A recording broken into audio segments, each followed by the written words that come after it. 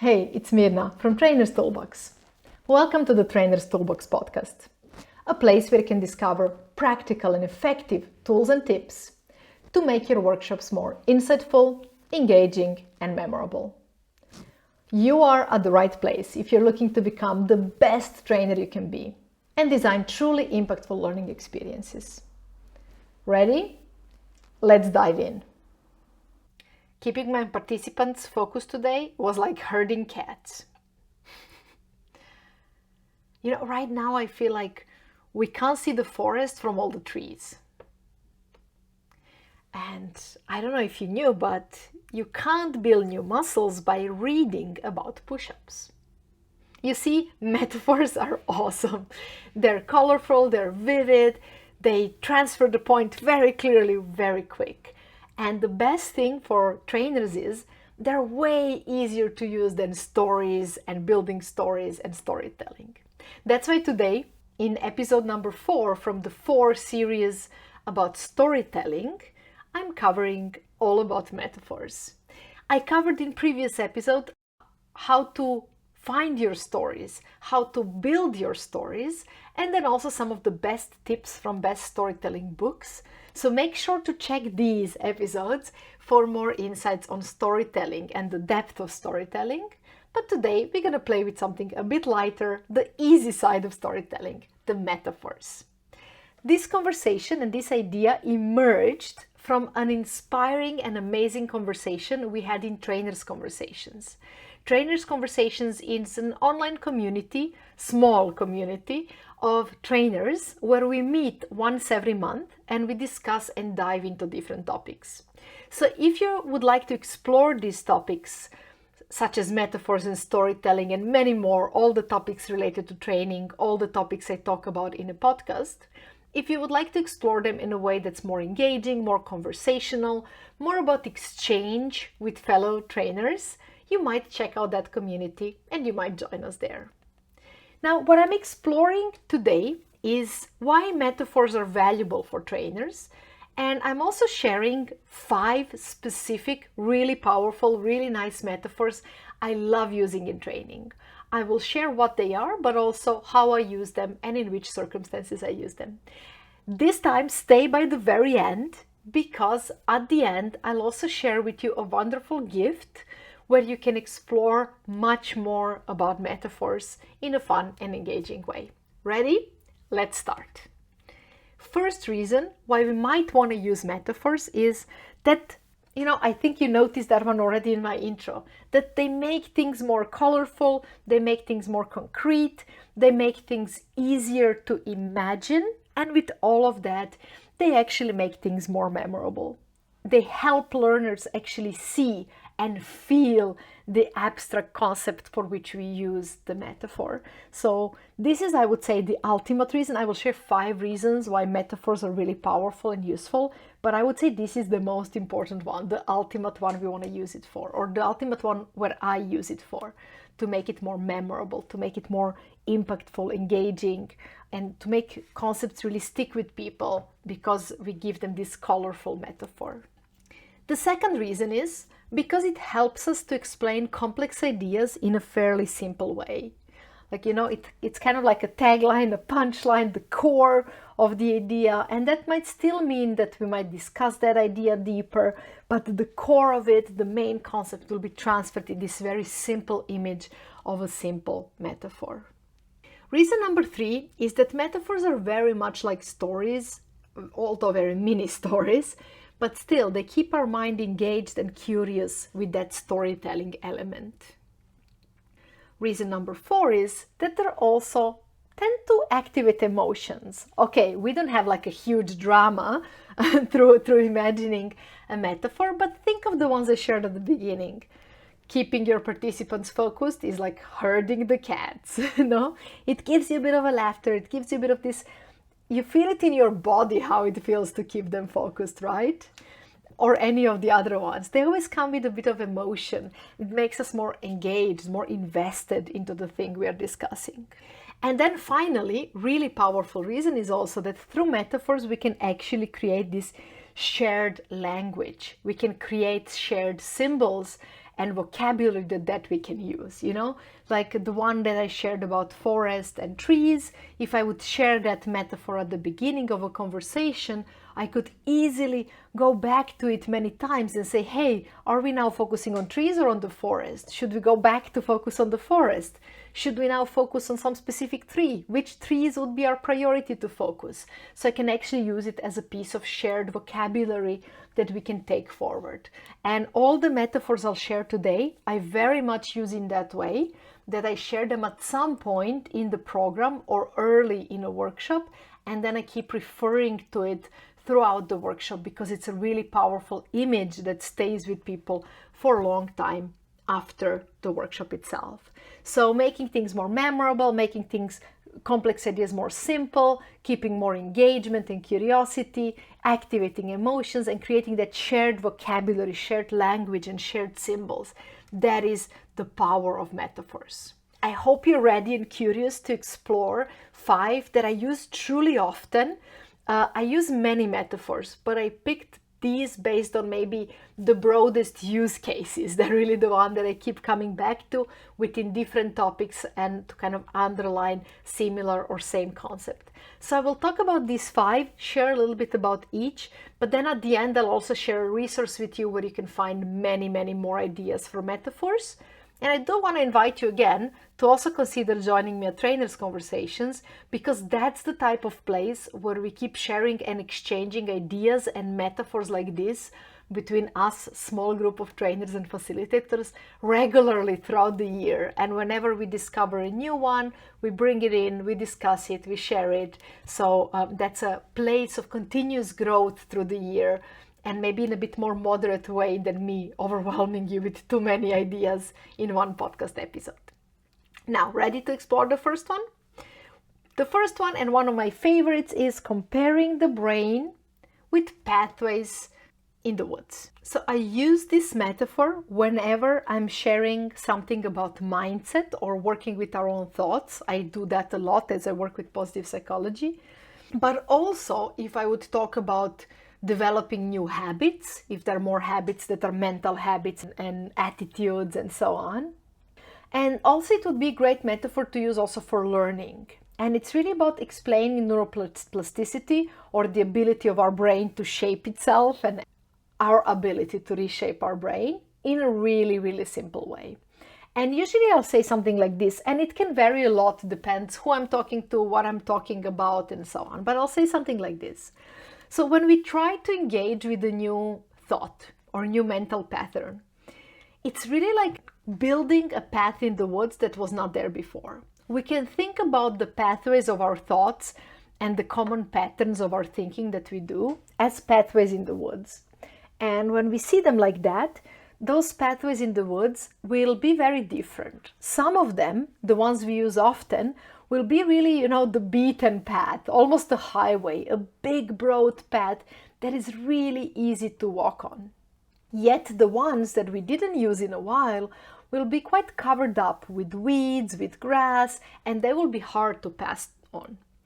And this is really important because the first time when we want to go down the new path, let's say I want to practice a new mental habit of being more grateful, and I ask myself a question, what can I be grateful for today? The first time I go there, it's going to be a mess. It's going to be hard. It's going to be tricky. I'll have to, cut through the weeds. I won't even be sure, am I doing this right? Am I on the right path? And if I only do that once, there will be no usage. It will not be useful or valuable for my brain and I'm not building a habit.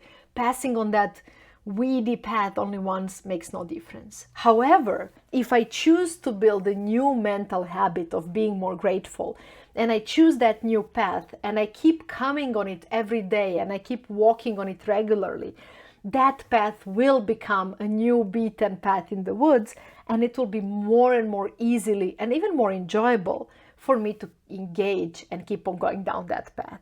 So when we want to build new behaviors and new mental patterns, the key is really in this repetition, in consistency, in going there often, and in actually challenge ourselves to think in that new way, even when that's a little bit difficult. And sometimes, depending on the context and circumstances, I will also add that in reality, it's not very easy to cover up the old path. Same like, it takes long time for beaten path to get covered by the weed.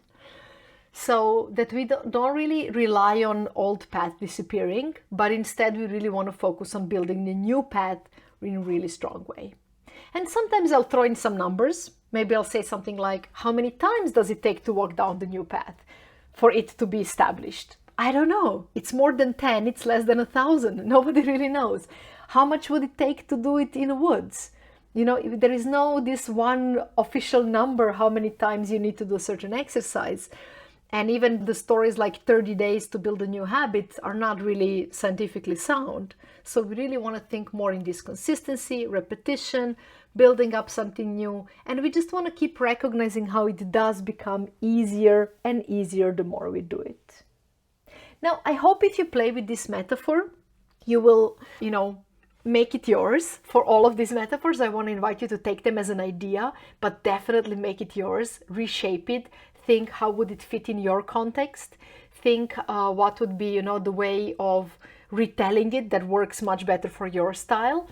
My goal is not to tell you how it should work, but really to share some ideas of how we can take different images and metaphors and then play with them.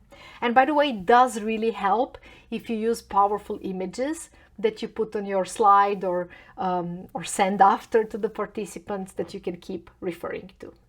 Okay, the second metaphor I use really, really often is puppy. And this is one that, by the way, also brings in a lot of positive emotions when I put it on the screen, because usually if I use slides, for example, if it's a virtual workshop, then I'll use slides. If I put this on the screen, I'll get like, oh, even before I explain what the metaphor is. So it's also a nice attention getter to re-engage people. But puppy is really about talking about how can we train our mind into new behavior while at the same time being gentle with ourselves. And it's really an invitation to participants to approach self-training in terms of mental patterns or new habits or even physical habits with gentleness and consistency. And often I'll say it's something like this. So if we want to train our mind into a new direction, into a new behavior, ourselves into a new behavior, we want to approach it as training a puppy. What does that mean? First of all, we see that puppy as cute, playful, and distracted. We don't see it as rebellious and they don't want to listen to us, We want to have that positive attitude. Second, we don't want to be reactive and shouting at the puppy. Let's say puppy doesn't want to stick with its designated place in the house, or maybe the puppy pees all over the house or whatever.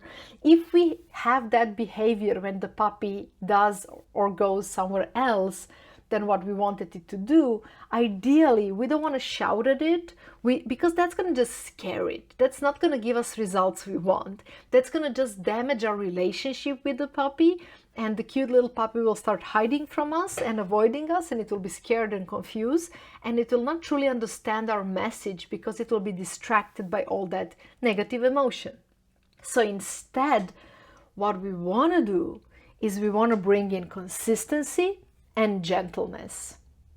And what that means, we simply want to keep repeating to the puppy, hey, come back here, this is your spot, come back here, or don't pee here, come pee here, or whatever it is.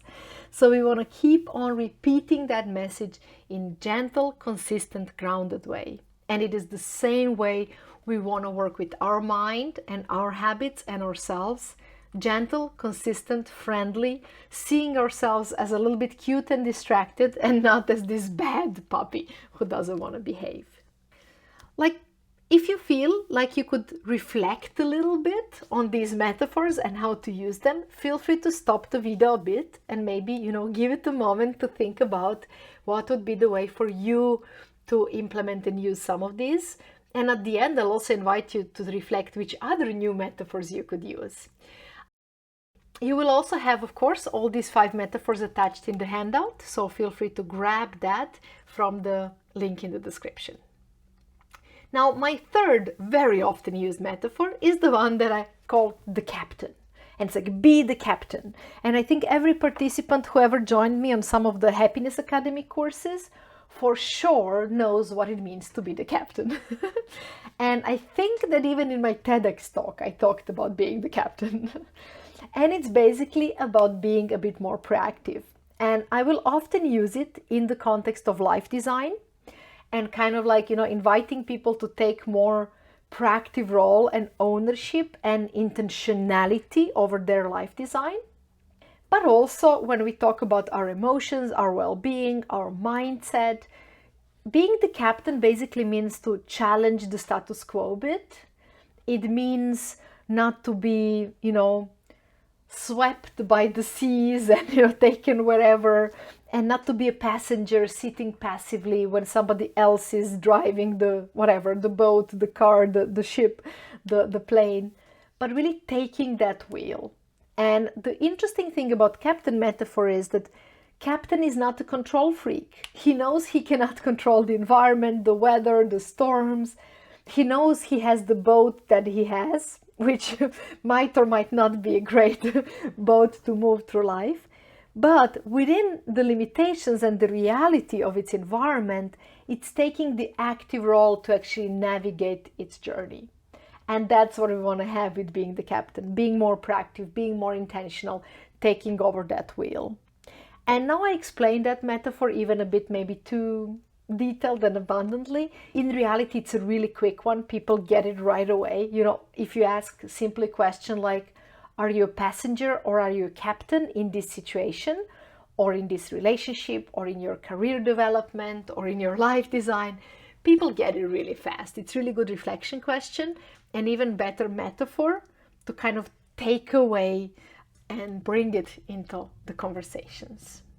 Now, our next metaphor is an interesting one in the context of training and workshops. And it's this metaphor about greenhouse. And it basically says that we can think about our participants developing their skills in the context of workshops as plants in the greenhouse. They're in this very protective, very nourishing area.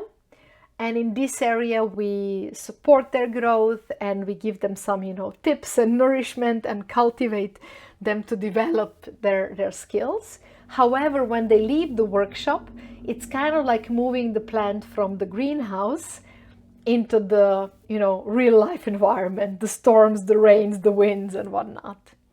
And this is a metaphor that we can again play with in many, many ways.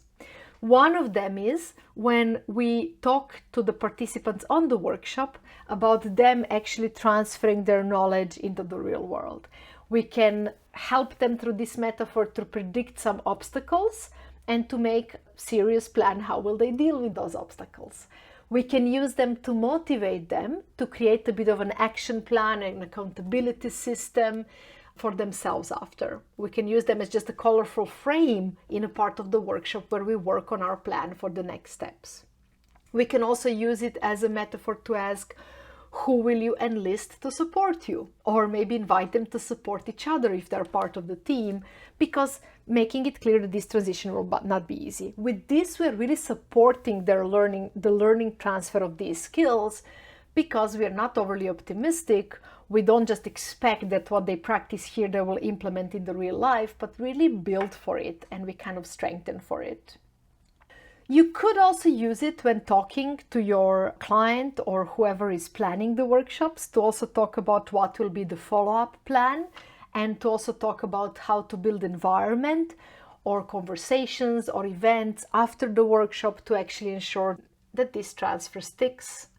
Learning transfer is another hugely interesting topic that I would love to explore in one of the next podcast episodes. It is for sure coming still within 2025, but maybe towards the end of the year. So if that's an episode you're passionate about, do subscribe for the Trainers Toolbox podcast or YouTube channel.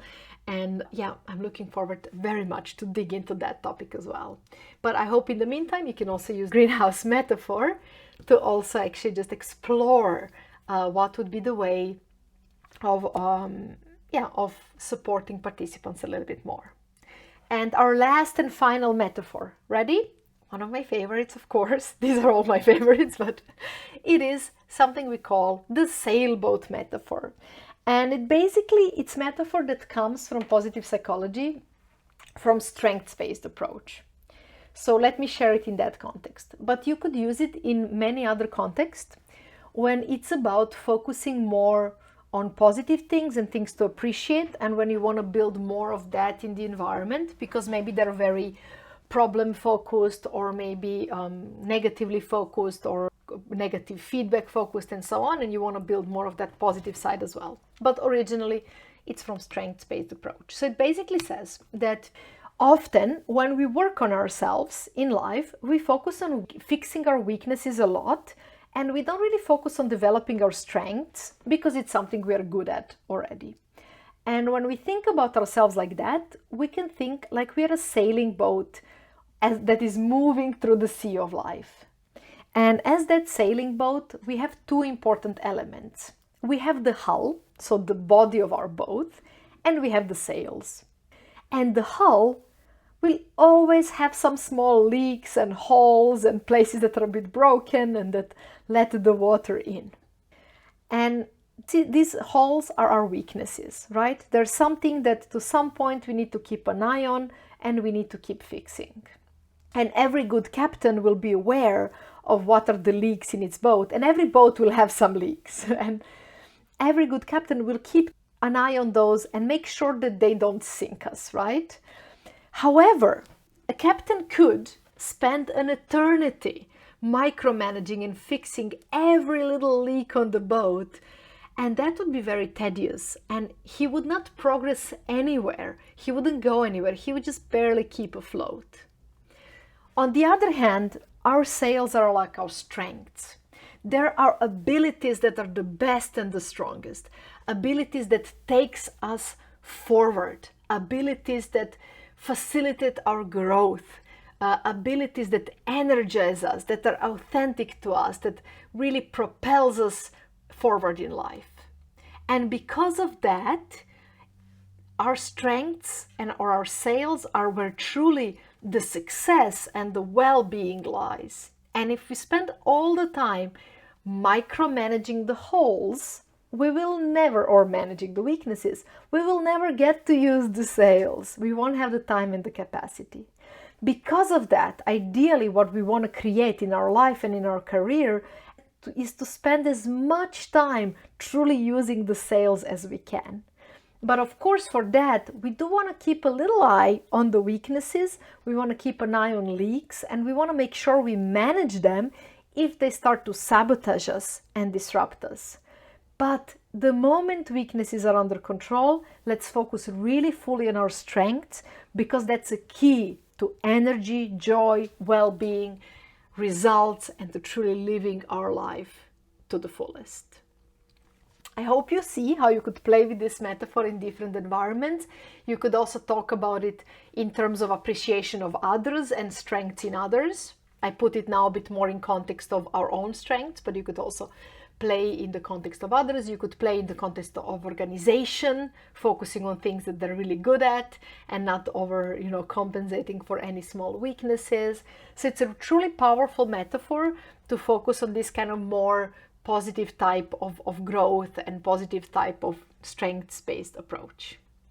I hope you enjoyed me exploring these 5 metaphors. There's so many more we can play with. There is another metaphor with plants.